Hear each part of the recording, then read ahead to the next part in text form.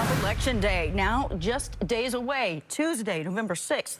And we are following some of the biggest and closest local, state, and national political races, including the run for governor.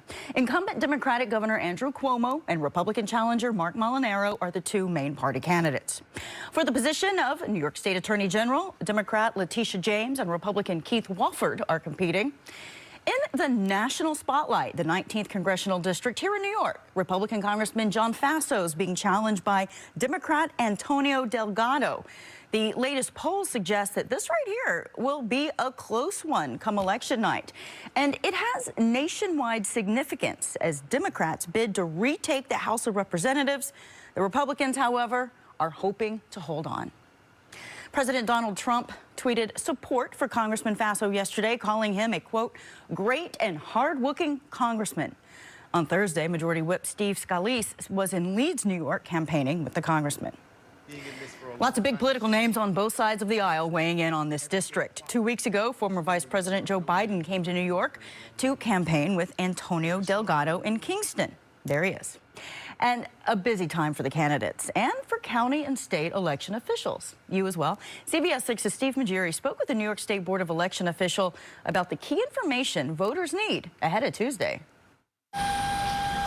If you're registered to vote in New York and got verified by your county board of elections, the hard part is out of the way. But if you weren't verified, Cheryl Kauser of the State Board of Elections says you may need to show ID if it's your first time voting in your county. Then there's proper attire for a polling site. If you just go in and you have a shirt or apparel that says, I support the Second Amendment, I support marriage equality, that's fine. But Kauser says openly supporting a candidate at a polling site can be interpreted as electioneering, which is illegal. If you have a shirt that says supporting a candidate who is on the ballot and you are trying to support and advocate that others vote for that candidate, that's electioneering. Kauser says you also can't have any campaign gear within a 100-foot radius of a polling site. As some politicians warn of voter fraud, Kauser says that's not common in New York. Each county keeps every registered voter's name in a poll book, so no one can vote twice. Before Election Day, it's checked, it's audited by that county. Also, amid an investigation into Russian hacking in the last major election, Kauser says election security is heightened since 2016. She says New York's voting machines aren't computers, making them harder to hack. And there's much more communication between state and federal governments about election security. Kauser also brought up whether you can take a selfie at a polling site. You can, but there are conditions. Rule number 1, you can't say who you voted for. Rule number 2, you can't show your completed ballot in your photo. And finally, just like any good selfie, no one else should be in the photo.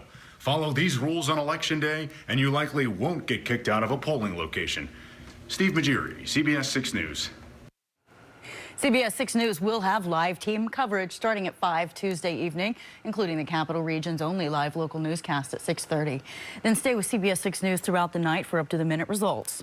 CBS coverage begins at 8 with updates from the CBS 6 News team on local results. Then make sure to stay tuned to CBS 6 News at 11. We'll also have extensive coverage on our 10 o'clock news on the CW 15.